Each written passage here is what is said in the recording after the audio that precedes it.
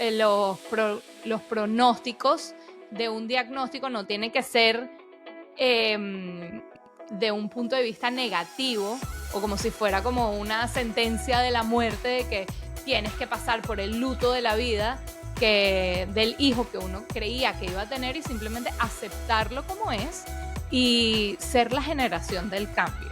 Y por eso yo creo que ahí es donde viene el podcast, donde viene el Instagram, donde viene mi voz, que no se vea estas situaciones como una sentencia de muerte, sino es como, ok, es una vida que no habíamos programado y simplemente es como que verle que hay un lado bueno y necesario. Multifacéticas es el espacio para las mamás que quieren celebrar todas las facetas de su vida. No es para aquellas que se quieren conformar y renunciar a sus sueños. Aquí, nuestros hijos son la mayor motivación para ser nuestra mejor versión de nosotras mismas y lograr nuestras metas. Tendremos conversaciones donde tanto yo como mis invitadas contaremos de las facetas que hemos vivido, compartiendo lo bueno, los retos y las herramientas que hemos utilizado para seguir evolucionando. Siéntete cómoda que estás en el lugar indicado. Esta es tu casa. Bienvenida a Multifacéticas Podcast. Este episodio es traído a ti gracias a Mamá 360 Media, elevando las voces de las madres latinas en medios digitales y tradicionales. Empoderamiento, información, visibilidad y conexión. Hola, bienvenidas una vez más a Multifacéticas Podcast. Yo soy Carolina Maggi, tu host, y hoy tenemos un episodio especial. Tengo una amiga que habíamos cuadrado este episodio hace tiempo, pero como ustedes saben, yo hice un hiatus en el podcast por un tiempito, y bueno, ahora que estamos ya reactivándonos, pues le dije a Federica Tovar, quien es una de mis compañeras de Focus, es de otra cohorte, ustedes ya han escuchado aquí algunas que he invitado. Focus es un programa especial que hice yo en Miami, un acelerador en el 2019 y que me ha abierto la puerta a conocer a muchísimas mujeres venezolanas increíbles, y Federica Tovar es una de ellas. Federica Tovar tiene su cuenta Autismo Sin Miedo, la cual ha ayudado a transmitir su mensaje y llegarle a muchísimas madres, en las cuales ella combina una mezcla de información y humor, que lo creo que es algo que las mamás necesitamos muchísimo, ponerle un poco de humor a la maternidad para ayudarnos en esos días muy, muy complicados. Y bueno, también tiene un podcast que nos va a decir más adelante, Federica. Bienvenida a esta entrevista que tenemos como 2 años más o menos in the making haciendo. Buenísimo, mil gracias, Caro. Me encanta además el nombre Multifacéticas porque creo que es un término que define muchísimo lo que es la madre moderna. Entonces, gracias por la invitación. No, bueno, gracias a ti, de verdad. Y hoy vamos a estar hablando de muchas cosas. Obviamente, tú has trabajado. ¿Hace cuánto tiempo es que abriste la cuenta de Autismo Sin Miedo? Vamos a comenzar por el principio. ¿Cómo nace este movimiento Autismo Sin Miedo? ¿Por qué? ¿Qué es lo que te motiva y lo que te dice? ¿Sabes qué? Quiero compartir mi experiencia y vamos a hacerle un movimiento donde podamos crear awareness, donde creamos sensibilización para hacer un cambio en esta sociedad. Totalmente. Mira, yo tenía una cuenta de hace mucho tiempo porque mi niña mayor fue diagnosticada cuando tenía 2 años y medio con autismo. Yo no tenía ni idea, no conocía a nadie, no tenía ningún referente de cuál apoyarme de esta condición, y genuinamente como que yo empecé muy pequeño a explorar, y eventualmente lo que hace que nazca el nombre de Autismo Sin Miedo es la pandemia.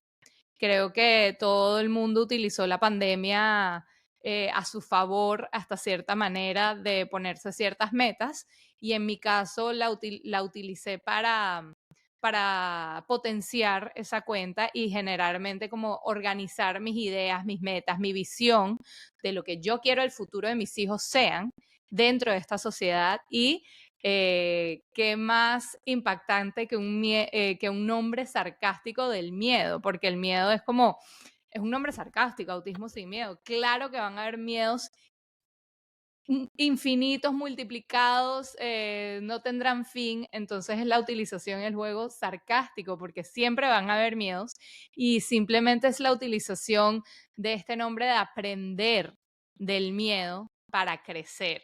porque el miedo es el sentimiento y la emoción que nos hace más humanos, porque es lo que nos ha hecho evolucionar como especie, para justamente utilizar esta emoción para genuinamente conocer e indagar sobre estas condiciones neurodivergentes que no se tiene que poner el enfoque de que es una enfermedad, es simplemente una condición de una manera diferente de ser humano. Y fíjate, justamente con eso, o sea, tú dices, ok, viene la pandemia y comienzas obviamente con tu proyecto y te pregunto porque deben haber muchas mujeres que como tú, que tienen justamente como que algo que les interesa, tienen un propósito y quieren comunicarlo al mundo. O sea, ¿qué te hizo a ti decir, sabes qué? Voy a comenzar a compartir esto. O sea, ¿fue algo más como para desahogarte o fue algo como que, ya va, yo quiero o sea, como que quiero compartir mi mensaje? O sea, porque hay dos motivaciones que las dos son totalmente válidas, pero ¿cuál fue en tu caso? Mi caso es, son dos puntos específicos. Primero es la utilización de crear el podcast para yo también desahogarme.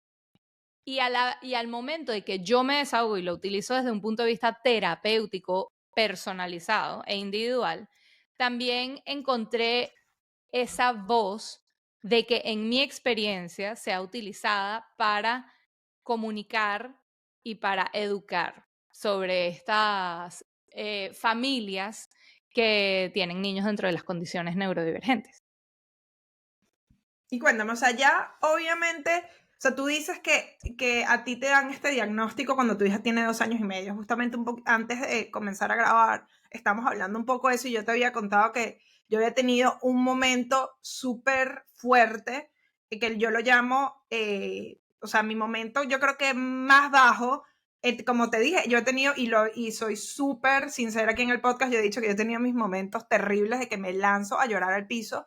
Y justamente el mío fue más o menos cuando mi hija tenía 2 años y medio, porque es demandante. En ese momento yo también tenía un bebé de 6 meses, estaba corriendo un negocio, o sea, estaba tratando de hacer, porque algo que yo he tenido que trabajar con los años, obviamente esto es con un poco de programación que viene de antes, ¿no? Que el de ser solo mamá, a mí me estaba volviendo loca, entonces yo me estaba tratando de ocupar todos los segundos del día, porque yo no quería sentir que el ser mamá me estaba quitando mi productividad profesional, ¿no? Y yo recuerdo que ese día yo estaba teniendo el negocio que yo tenía, que yo vendía en el 2018, y me tiré al piso porque decía, o sea, es que de ahora en adelante yo soy solo mamá, entiéndelo, o sea, se acabó tu vida, o sea, además uno se hace la película, en ese momento era terrible, hoy me da risa, ¿no? O sea, porque lo que yo me decía era, ahora sí se acabó tu vida, ya no vas a poder hacer más, no, lo que lograste, ibas a lograr, lo lograste antes, ya se acabó, ahora solo mamá. Entonces, claro, hoy en día, yo digo, en ese momento estaba muy, o sea, porque esa edad de los toddlers es complicada, ¿no? En mi caso, mi hija, que tuvo un diagnóstico desde de que antes de que naciera, o sea, ella la tuve que operar a corazón abierto. Ese primer año fue súper demandante, y de hecho, tuvimos que operarla el año pasado también. Entonces, claro, cada una de nosotras tiene sus distintas condiciones y distintas cosas, y yo recuerdo que fue súper desgastante, porque o sea, esos primeros años son complicados.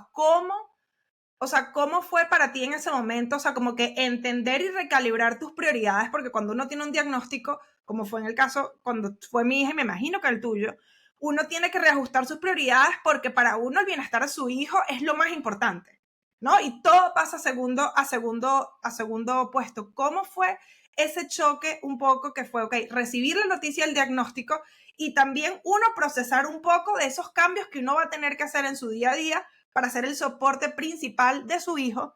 Y cómo, o sea, y cómo decimos, bueno, ya va, y lo mío que yo quiero hacer, o sea, cómo fue todo ese momento que debe haber sido complicado. Totalmente. Bueno, uno transita las etapas del duelo. Claro, uno en ese momento lo hace como intuitivamente y depende obviamente también de las herramientas emocionales, terapéuticas que uno posea en su, digamos, navaja suiza, lo que es su vida y sus aprendizajes y como todas ese momento que te llega sobre todo momento duro de llegar a un diagnóstico con niños.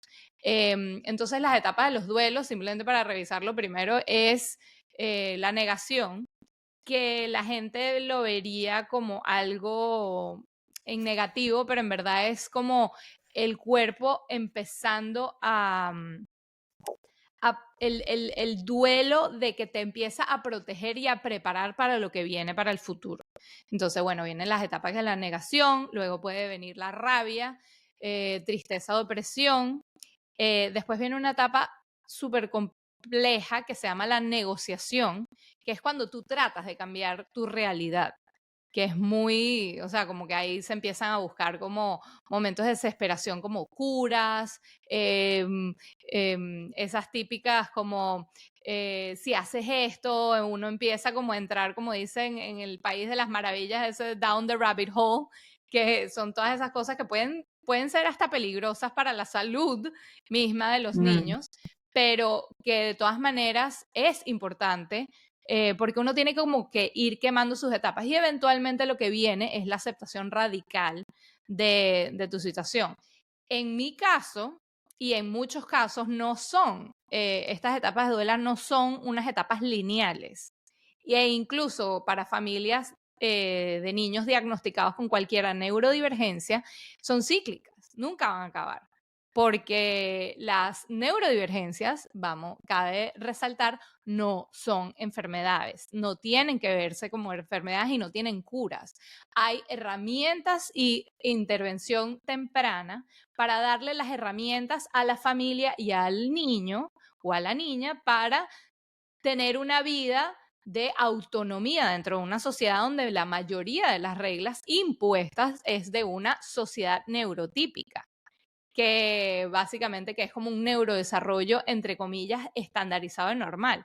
Y al final lo que es importante entender es que todo el mundo es diferente, es como todo el mundo tiene sus propias huellas dactilares. Bueno, todo el mundo tiene una diferencia del desarrollo, simplemente estas condiciones de neurodivergencias, como por ejemplo en mi caso, mis 2 hijos están diagnosticados con autismo, es una manera de que se desarrolla a nivel diferente lo que es la comunicación, la sensorialidad de cómo uno siente y su cuerpo dentro de este mundo físico. Luego viene la comunicación, la emocionalidad y la sociabilidad dentro de relacionarse con la gente que nos rodea. Entonces, bueno, claramente yo pasé por todas esas etapas, no lineales definitivamente, pero incluso pueden ir teniendo todas estas etapas del duelo al unísono, desordenadas, porque cada etapa viene con una, pero claramente si a cualquier mamá o a cualquier familia le cuesta la etapa, lo que llamaríamos toddler, o de esos años terribles de los 2 en adelante, bueno, además simplemente tiene esa montaña un poco más inclinada con una condición de neurodivergencia. Entonces, bueno, claramente ahí vienen los desplomos, vienen las tristezas, las depresiones, la culpabilidad de la madre, que es terrible, la comparación.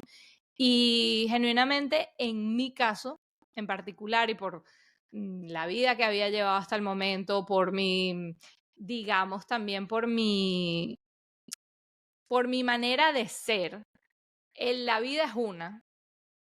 Cuando estaba en el momento más bajo, yo dije, ok, esto es algo con el que voy a tener que vivir toda la vida, lo voy a tener que asimilar y aceptar radicalmente, de que no puedo cambiar la mano que se me dio en una jugada de cartas y simplemente vamos a jugarnos esta vida lo mejor posible. Obviamente incluye muchísimo trabajo, muchísimo miedo, muchísima destreza intelectual, emocional, y llenarme de herramientas y también de las ganas de llevar mi vida a la mejor manera que se me una. O sea, es básicamente lo que yo estaba buscando, era ese humor, esas ganas de normalizar de que porque mis hijos tengan una neurodivergencia no tiene por qué ser el fin del mundo, sino buscar esta nueva página. Y eso fue lo que a mí me llenó de, ok, esto definitivamente el mundo está cambiando, los pronósticos de un diagnóstico no tiene que ser de un punto de vista negativo o como si fuera como una sentencia de la muerte de que tienes que pasar por el luto de la vida del hijo que uno creía que iba a tener y simplemente aceptarlo como es y ser la generación del cambio. Y por eso yo creo que ahí es donde viene el podcast, donde viene el Instagram, donde viene mi voz, que no se vea estas situaciones como una sentencia de muerte, sino es como, ok, es una vida que no habíamos programado y simplemente es como que verle que hay un lado bueno y necesario de estos seres humanos que vienen con estas neurodivergencias, porque sobre todo lo que vienen es a enseñarle al mundo la importancia de que está bien ser diferente. Me encanta. Y hablábamos un poco antes de que comenzara el podcast de justamente de tu mensaje y todo lo que tú quieras hacer, lo que tú quieres, o sea, justamente enseñar. Y yo te contaba, Federica, que a mí me parece súper importante porque, o sea, yo no sé muy bien y obviamente tú debes tener más información porque te has nutrido en este tema, pero hablábamos de cómo cada vez más es más común un diagnóstico de un niño neurodivergente y que cada vez lo tenemos más cerca. O sea, yo tengo la hija de mi prima es neurodivergente y tengo amigos que sé que tienen niños que son neurodivergentes. Obviamente entiendo que en el espectro hay distintos niveles, entiendo que hay una variedad y todavía yo siento que posiblemente los que capaz no tenemos un diagnóstico tan cercano, no tenemos esa información en la mano y creo que es parte de responsabilidad de nosotros también.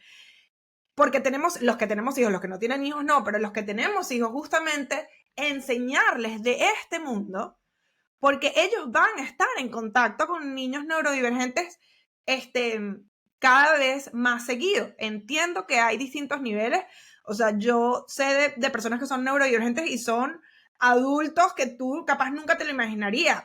Gente, o sea, porque hay como un misconception, estaba buscando la palabra en español, pero un misconception que todas las personas neurodivergentes capaz lo relacionan con personas que no pueden hablar y ni siquiera es así. O sea, yo que fui profesora de high school, tenía alumnos varios y yo sí tenía la información porque yo era la profesora y yo tenía que hacer evaluaciones y eran niños que eran, o sea, unos genios, pero claro, habían ciertas cosas que con ellos había que tratar de una manera distinta.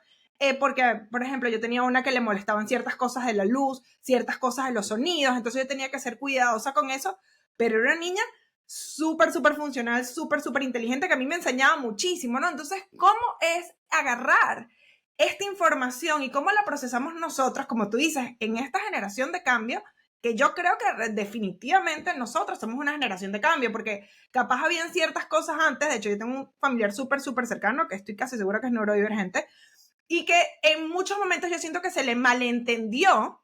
O sea, se decía, es un niño que es conflictivo, es un niño que se pega con las paredes, y no entendíamos que él procesaba la información de una manera distinta y que habían ciertas cosas que le hacían trigger, ¿no? Entonces, claro, como yo no quiero que, o sea, como que no quiero ser parte de, como era la generación de antes, que sencillamente no se hablaba de eso, se decía, es un niño problema, echa para allá, no te juntes con esa niñita, ¿sabes? Como que ¿cómo podemos nosotros como padres, Federico, o sea, ser aliados realmente y ayudarte a como que a spread no solo ese mensaje, sino cómo dar las herramientas a nuestros hijos para que ellos realmente integren, no solo ayuden a integrar a todos estos niños, hoy en día niños, mañana serán adultos, neurodivergentes, y cómo ellos pueden ser, o sea, ese aliado que entienda, que tenga empatía, que los ayude de alguna manera u otra, y sobre todo que no los aparten, porque eso es lo que queremos, que todos como sociedad unida, siendo diferentes, o sea, de la misma manera como yo te contaba, mi hija que tiene sus cosas y en algún momento, no, o sea, no podía hacer muchas cosas, pues tratando, yo le di como las herramientas para que ella se integrara, pero ¿cómo puedo yo a Alesia y a Mateo darle herramientas para que ellos integren a sus compañeros y tengan la información que tienen que tener para manejar esa situación de la mejor manera? Claro.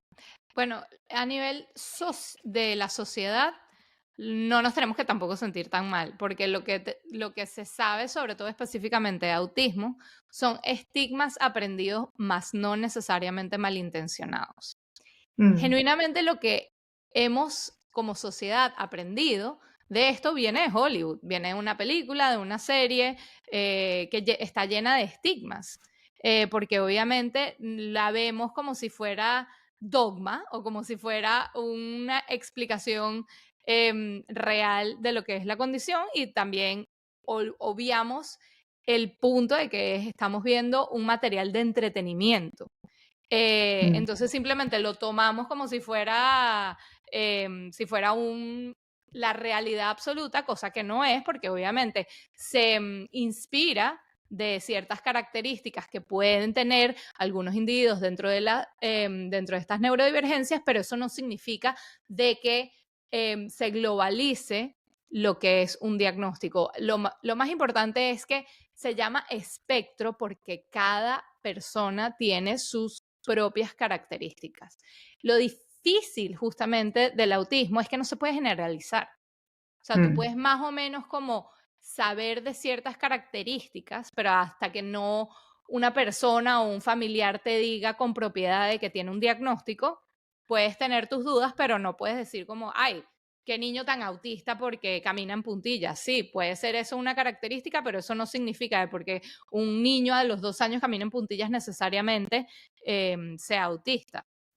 Lo que sucede entonces es eso, que obviamente hemos aprendido todas estas, nos hemos nutrido de esta información a través de lo que son el entretenimiento, y que eso hay que verlo con un poquito de apartarse y ver que eso es un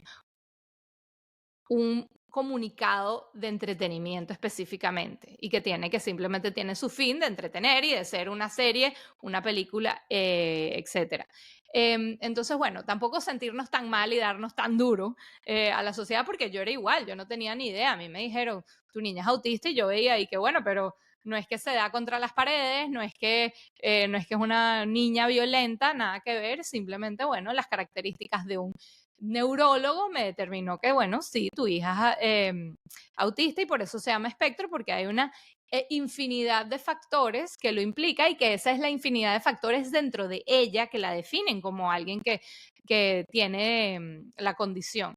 Ahora, lo más importante que creo es que siempre van a haber, como es tan diverso y expansivo este espectro, es entender de que lo más importante que buscan ciertas familias neurodiversas no es no es, la gente no está buscando el consejo, pero estamos buscando la Mm, curiosidad.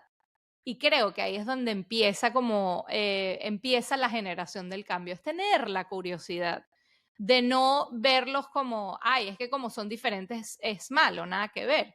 Es como tener esa curiosidad y que, wow, a tu estudiante que le afectaba el sonido y la luz, ¿por qué? Cuéntame cómo lo experimentas. De repente tiene una manera muy diferente de experimentar un concepto tan ya normalizado que ni nos los proponemos nosotros, que es la luz, cómo te afecta en tus ojos, cómo te afecta en tu cuerpo, tus sentimientos, tus emociones. Entonces, por ahí viene de la curiosidad y sobre todo de preguntar amablemente.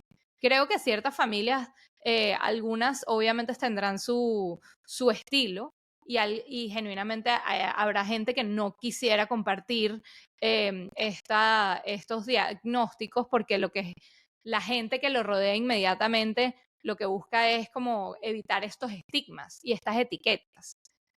Y habrán otras ocasiones, por lo menos en mi caso en general, que entre yo más comparto, a mí más me llena la vida de generar y de ser ese punto de partida, de generar esa curiosidad, de generar esas preguntas amables, ojo, y evitar como ese positivismo tóxico de que yo te estoy buscando el consejo, o yo te estoy buscando de que cómo mejorar mi vida. No, o sea, ten interés, y sobre todo a padres de niños no diagnosticados, cuando sepan que sus hijos tienen a un niñito, entonces es justamente enseñarles de que porque son diferentes no significa de que no pueden ser amigos, de que no pueden ser incluidos en ciertas celebraciones o en ciertos momentos.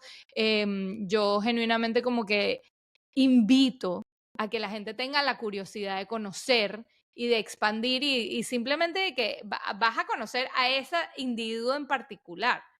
No es que vas a conocer, no porque conozcas a un artista vas a ser experto de la condición. Yo lo digo, que tengo a dos, cada uno es más diferente con el otro, y si conozco a otros niños diagnosticados, cada uno viene con su cajita de herramientas e instrucciones completamente diferentes. Es tener como seres humanos, ser esa generación del cambio y entender como que, no, es que todos somos seres humanos, todos somos diferentes y está bien ser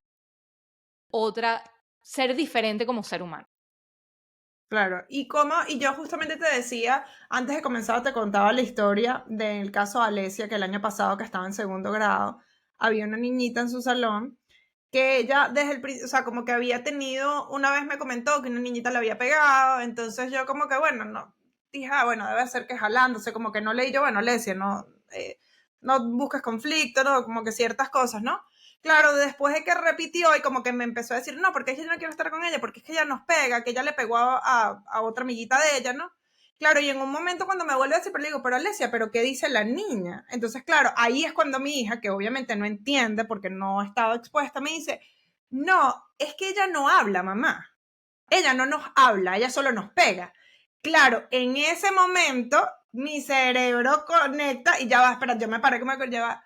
Entonces, claro, yo le dije, ya va, mi amor, no es que ella es mala, no es que ella te está pegando, o sea, no pienses, porque claro, mi hija se empezó a hacer esta historia, ¿no? O sea, esta niñita no me quiere porque me está pegando, ella es mala conmigo, era lo que me decía mi hija. Ella es mala conmigo, ella de repente viene y me está rompiendo mis papeles, y de repente ella viene y me está pegando, ¿no?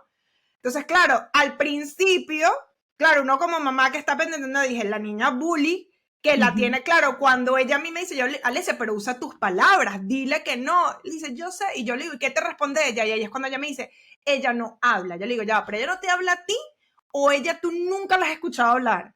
Y ahí ella me dice, no, yo nunca la he escuchado hablar, ella a veces hace unos ruidos como si estuviese brava. Claro, esto es una mente de una niña de segundo grado, una bebé, prácticamente. Entonces, claro, ahí es donde yo le digo, gorda, espera. O sea, como que yo fue como que tratar de entenderlo, gordita, no. Mira, es que es distinto, ella no es que está tratando de ser mala contigo. Esto fue lo que yo hice en mi ignorancia, ¿no?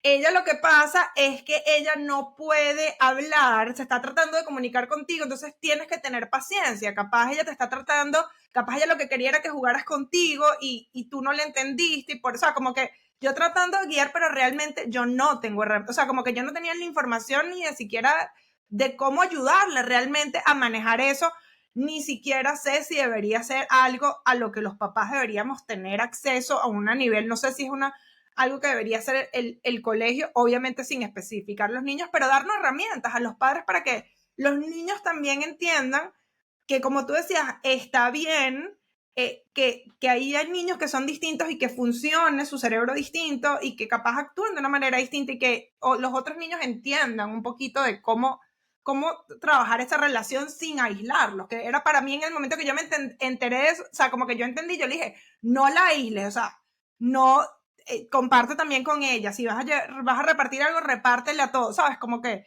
esa fue mi preocupación como mamá, que no la alejaran, pero más allá de eso no tenía muchas más herramientas que darle a mi hija. Claro.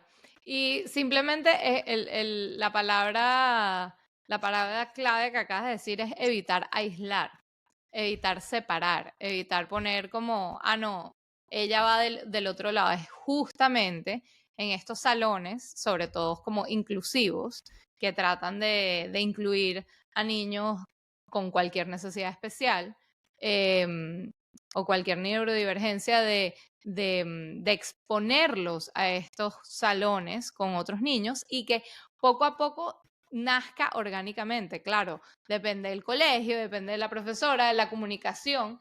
Lo ideal sería, en cualquier mundo utópicamente, sería que se compartiera con todos los papás, como que simplemente previo a que suceda cualquier evento, porque nadie quiere que le peguen a su hijo, Dios no quiera, pero simplemente es como que establecer de antemano como que, mira, tenemos esta situación, una querida estudiante, por favor, hay muchísimos libros que se pueden comprar, que se puedan hablar de esto en la casa, porque viene desde el padre, primero de nosotros aprender de estas neurodivergencias y luego cómo logras aprenderlo y simplificárselo a un niño. Es complejo. Y porque obviamente viene con sus particularidades y los casos y las características que le pueden afectar.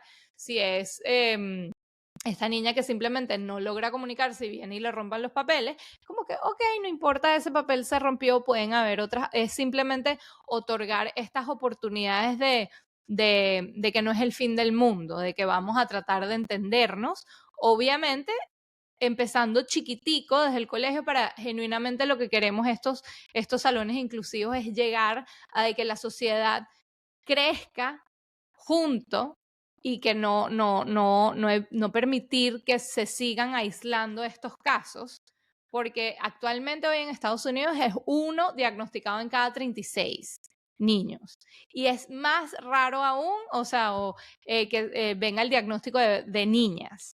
Entonces, genuinamente como que ciertas características de varones pueden diferenciarse de niñas y lo que eventualmente es evitar, es lo que se llama el masking o esconder esos diagnósticos, porque los niños como que diagnosticados lo que aprenden es como, ok, yo hago amiguitos, sí, yo no pego, no está bien pegar, pero de repente es como que me tengo que comportar así, y entonces vas en contra de la persona que tú eres, de ese individualismo y tratas como de, ok, si hago lo mismo que hace todo el mundo, me van a aceptar. Y es como justamente entender de que hay que celebrar las diferencias de cada uno y de que genuinamente hay un potencial enorme de cada ser humano. Y que, ok, esa niñita de repente que se frustra porque no puede utilizar sus palabras para comunicarse de otra manera, de repente ella logra comunicarse increíblemente a través de la música y le gusta bailar. Entonces justamente vienen de esos momentos de lograr a conocer, ser curioso, saber cuáles son las preferencias de esa niñita, por ejemplo, en ese caso, y si la niñita lo que más le gusta es bailar, entonces, bueno, lograr de que sea todo como que un momento de cada día de integrar a todos y de simplemente como que hacerla sentir como el centro de atención y que todo el mundo pueda participar juntos y que sea una actividad de que todos podamos, todo el salón en este caso, todo el mundo pueda disfrutar de una actividad sembrando esa empatía y esa inclusión desde chiquitos, pero claramente va a venir desde los padres que se sepa y que tengan esa curiosidad de aprender más. Y justamente hablando de los padres, aquí entramos justamente en lo que es multifacéticas y especificándonos en las mamás, porque multifacética es una de las cosas que fomenta realmente es celebrar todas nuestras etapas y pues ir para que cada una de nosotras también pueda ir creando su propia versión de éxito y sus propias metas. Como siempre le digo, hay metas familiares, hay metas en el hogar, hay metas como mujer que son muy importantes y hay metas profesionales. ¿Cómo podemos nosotros? Ya hablamos justamente de cómo irnos educando para ayudar a nuestros hijos a la inclusión de sus compañeros que pueden tener un diagnóstico en distintos niveles del espectro y cómo integrarlos a ellos a eso. Y te digo sinceramente, es algo que yo voy a tener, quiero seguir, no es que tengo, quiero seguir leyendo para poderle dar más herramienta a mis hijos. Pero ahora te pregunto yo, como mamás, ¿cómo podemos ayudar a nuestras amigas que pueden tener un diagnóstico en su familia con uno de sus hijos y que pues va a tener momentos que primero justamente hablamos de todo ese proceso de cuando reciben el diagnóstico y luego en adelante cómo pues hay ciertas cosas que van a cambiar porque pues como hablábamos, muchas veces estos diagnósticos vienen con digamos, como un trabajo extra, ¿no? O sea, porque pueden ser citas, pueden ser ciertas cosas que puedan traer un poco más de trabajo, se puede decir, ¿no? ¿Cómo nosotras podemos ser unas buenas aliadas para nuestras amigas, no solo en ayudarlas como hablábamos en el sentido de apoyar la inclusión, apoyar ser empáticos en todo esto socialmente, pero cómo las podemos ayudar como amigas? O sea, ayudarlas a ellas a que puedan lograr esas metas familiares que tienen, metas profesionales, metas de mujer. O sea, ¿cómo podemos ser buenas amigas realmente? O sea, ¿qué es lo que tú hubieses querido o qué cosas hicieron algunas amigas tuyas que tú digas, wow, en ese momento, en el momento del diagnóstico que fue para ti muy fuerte y luego, pues siguiendo el resto de tu vida? O sea, ¿cómo podemos ser mejores amigas? Bueno, primero es justamente como que lo que había dicho previamente, no caer en el consejo, sino en la curiosidad. Creo que Ok. mucha gente, el concepto de positivismo tóxico a familias neurodivergentes nos cae muy mal porque piensas que te leíste un artículo que de por sí viene con estas, ay, mira lo que me salió en Instagram, de que si le das el jugo de zanahoria, se le va a quitar el autismo, cosa que no es así, no es simplificar y no viene como de que te leíste uno. Entonces, no es tanto el consejo externo que buscamos, sino nos gusta es el interés y la pregunta y la curiosidad y el interés sobre la persona, porque obviamente lo que es muy drenante para mamás de niños recién diagnosticados es que solamente se trata del niño. Y viene el esfuerzo ese y lo que es un burnout emocional y físico que viene atado y es de repente tu mejor amiga o tu prima o tu familiar o hasta la persona que trabaja contigo, tu coworker, lo que necesita es como que vamos a hacer algo, vamos a salir y está prohibida tocar la palabra autismo por esta noche. Nos olvidamos de eso. Depende obviamente de hacer un caso como one by one, único y circunstancial, pero es no perder esa curiosidad, es no perder ese como interés y ese apoyo. Y es muy importante, además de si uno tiene que, multifacético me lo imagino como una navaja suiza que, ¿sabes? Uno le saca como que la mamá, la mujer, la mamá, la profesional. Bueno, puede salir esta otra herramienta que de repente no sabíamos ni que tenía, que puede ser esa amiga empática que simplemente funciona para esa persona, esa familia, de que tú eres la persona de que se siente lo cómoda, de que no tiene que hablar de su situación actual. Porque obviamente depende de las etapas del duelo y siempre va a ir cambiando y va a ser ese movimiento, ese constante cambio. Entonces, capaz, uno lo que le brinda como base y comodidad y tranquilidad es ser ese bastión como firme de que tú eres la amiga que siempre vas a estar ahí, tú eres con la que se puede sentir apoyada. Hoy quieres hablar de tu familia, puedes hablar lo que quieras. Hoy no quieres hablar, te quieres desconectar, no sé, quieres chismear de la cosa más banal de cualquier celebridad, pero le estás haciendo darle esa ayuda con ese apoyo, con lo que es esa tribu, la mentalidad de tribu, porque creo que también hoy en día es muy difícil porque la maternidad se ha convertido completamente como aislada. Es como la mamá es la que tiene que hacer todo.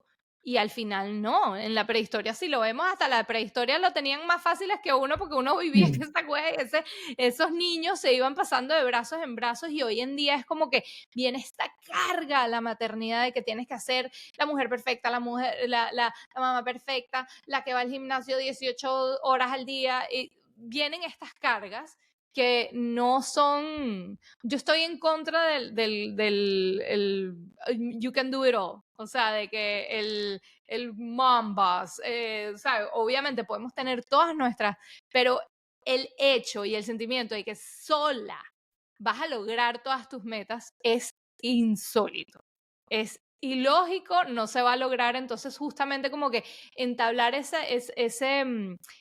concepto de tribu, de que nos tenemos que ayudar, sea con niños diagnosticados o no, yo creo que ya estoy hablando como que desde el punto de vista de mujer, no es el que tú vas a hundir a alguien para tú llegar más arriba, es que juntándonos y haciéndonos y ayudándonos y apoyándonos, uno llega a metas mucho más lejos de lo que uno creía estar posible. Y yo creo que justamente lo que estabas hablando antes, lo que yo hubiera querido del pasado, yo creo que fui muy afortunada y lo tuve. Voy al pasado y no quisiera cambiar, porque todo eso, tanto las cosas buenas como las malas, me hicieron la mujer de lo que, y logrando tener ese mensaje y teniendo esas vivencias, a veces desagradables, de llegar a hablar con propiedad hoy en día de lo que ha pasado. Entonces, creo que es eso, creo que es no verse como uno, que a veces uno se monta en la mentalidad de la amiga consejera, mira, tú tienes que hacer esto, no me parece, es simplemente como que, wow, tu vida es completamente diferente, las circunstancias son diferentes, entonces es tener esa curiosidad y de querer generar esas tribus de apoyo. Las mamás con niños diagnosticados se sienten increíblemente solas e aisladas. Entonces es como darle esa mano y darle la bienvenida, crear estas tribus de sentirse apoyadas. Creo que es lo más importante. Y justamente esas tribus y sentirse apoyada, creo que ahí donde entra, o sea, tu proyecto. Y quiero que les hables un poquito, justamente antes de que nos vayamos, de tu comunidad, porque es una comunidad donde se van a sentir escuchadas. Estoy segura que van a encontrar otra gente que también, otras mujeres, otros hombres, no sé si hay hombres que también están en tu comunidad, me imagino que sí también, porque como decimos, esto no es nada más las mamás, esto es algo que es algo familiar, ¿no? Y es algo que creo que también nosotros como mujeres tenemos que seguir apoyando, porque hay veces que nosotras mismas somos las que no, es que la mamá, no, ya, pero la mamá y el papá. O sea, si el papá existe, o sea, si está vivo Y el los papá, tíos y las divorciado o tías. no, el papá es responsable también Sí, de esto, total. ¿no?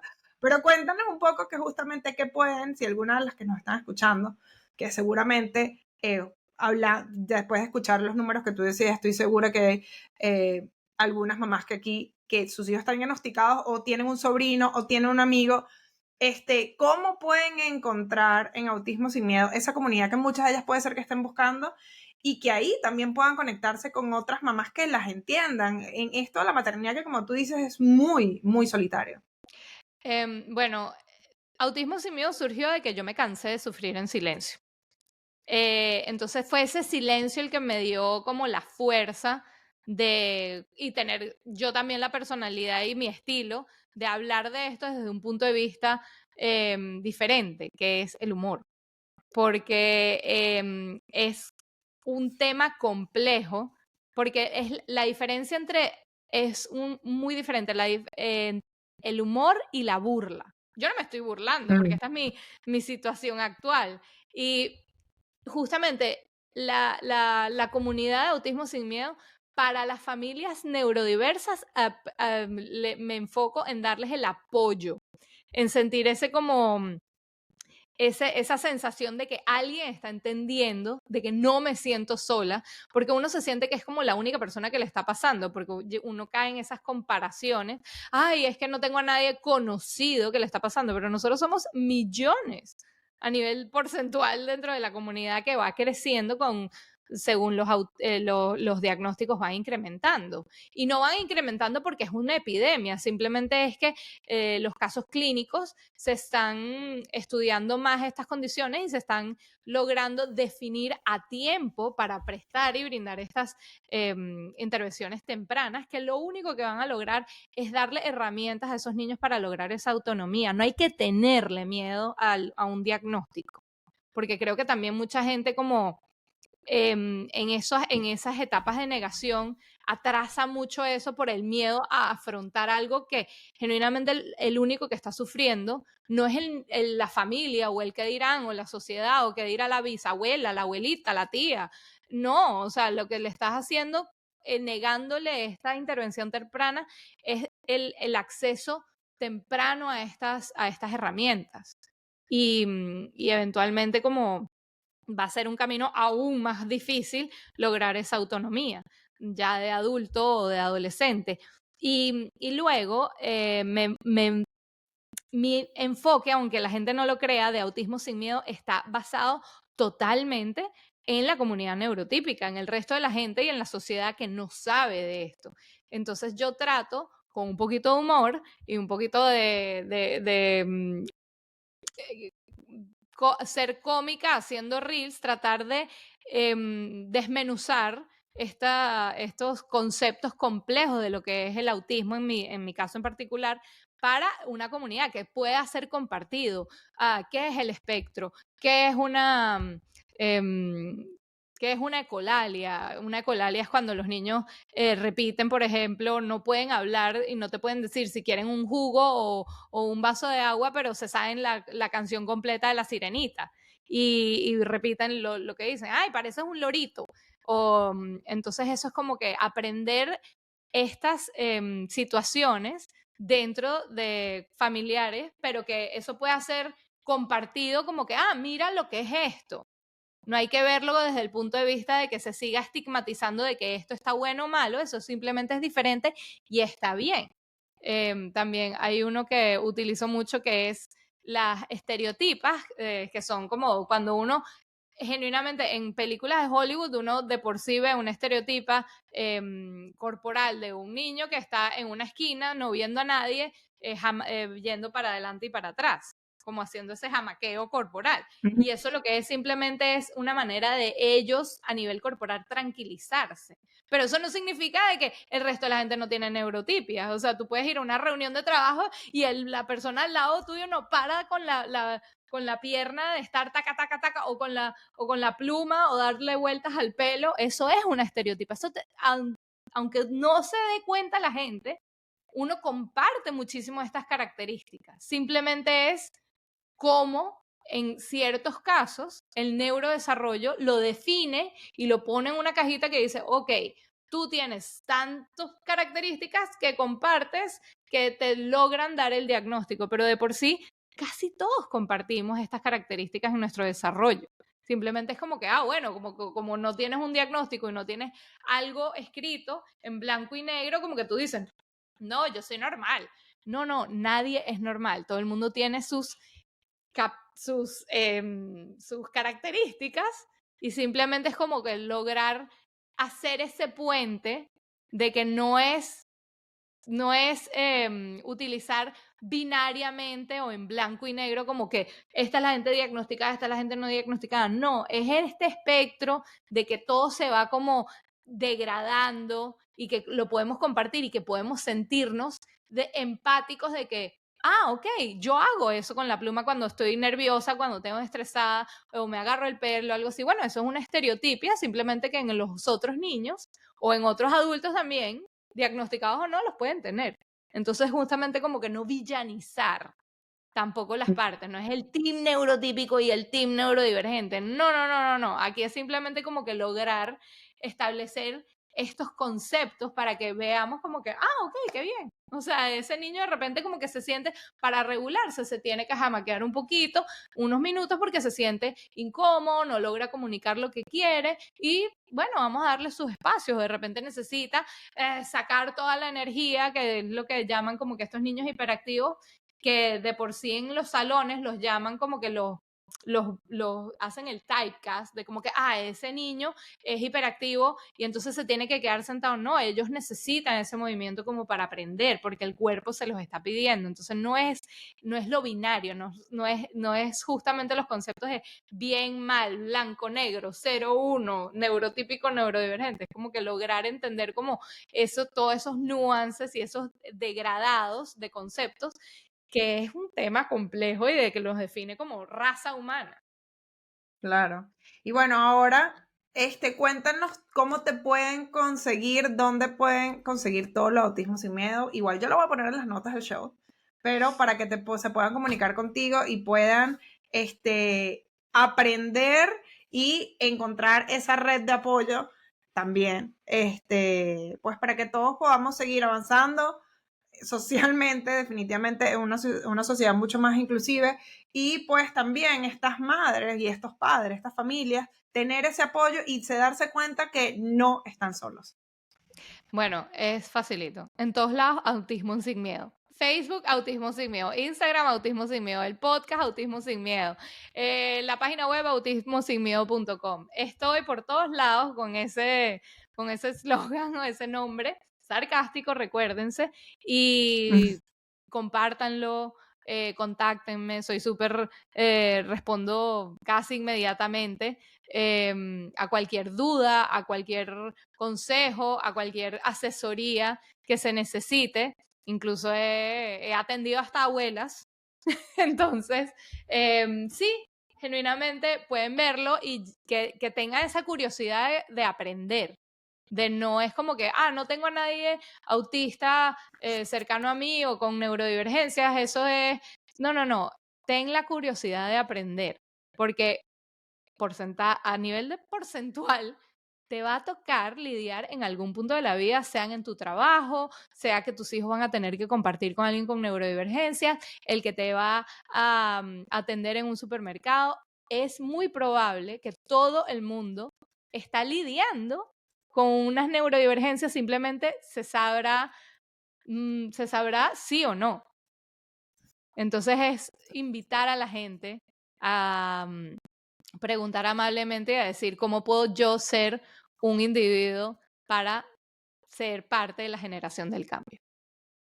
Dale, muchísimas gracias, Federica, de verdad creo que esto es demasiado rico, este episodio en información, creo que es un súper buen mensaje para las mamás que nos están escuchando, que capaz en algún momento, en esos momentos de diagnóstico, y ojo, no ni siquiera tiene que ser un caso de neurodivergencia, como te dije, hay otros diagnósticos, hay otras condiciones, por ejemplo, como fue en el caso que me tocó a mí, y creo que estas herramientas que tú dices nos ayudan a todas, porque es como lo que tú decías en ese proceso del duelo, cómo hacemos, qué le pedimos y algo que hablabas tú, yo creo que es súper importante, hablar, ¿no? O sea, en el caso de nuestras amigas es, ok, hasta uno mismo puede decir como que esto es lo que necesito ahorita.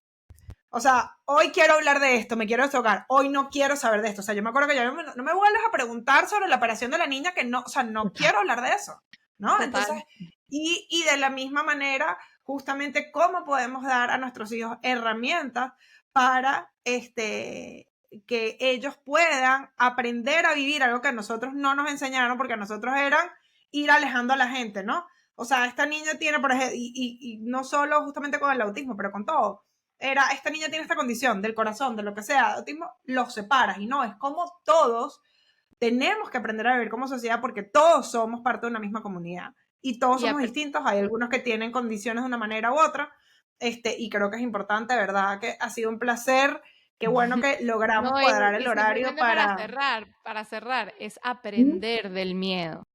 El miedo creo que es nuestro principal motor de saber. Si esta situación nos está dando miedo, ¿cómo puedo aprender del miedo para cambiar y para crecer? Entonces, justamente 1.000.000 de gracias, Caro, por esta invitación. Me encantan estos espacios para enseñar y para acercarnos y simplemente como que lograr esta empatía e inclusión para ser una generación del cambio para el futuro de nuestros niños. No, me encanta, de verdad que muchísimas gracias, creo que fue súper, súper valioso. Y bueno, nada, en las notas del show van a encontrar toda la información de Federica, aunque ustedes como escucharon, Autismo Sin Miedo, no se lo pueden perder, o sea, tiene el nombre en todos lados, así que es imperdible, pero yo igual se las pongo en las notas del show. 1.000.000 de gracias y bueno, espero que nos veamos pronto en persona. Un besito. Claro que sí. Multifacéticas es una producción de Mamá 360 Media. Para más información, entra a multifacéticas.com o en Instagram Multifacéticas Podcast.